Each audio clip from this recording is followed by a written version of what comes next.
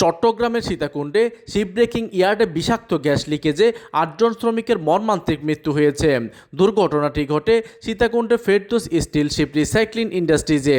জানা গেছে, একটি এলএনজিবাহী জাহাজ কাটার সময় ট্যাঙ্ক সঠিকভাবে গ্যাস মুক্ত না করায় ভেতরে জমে থাকা বিষাক্ত গ্যাস ছড়িয়ে পড়ে।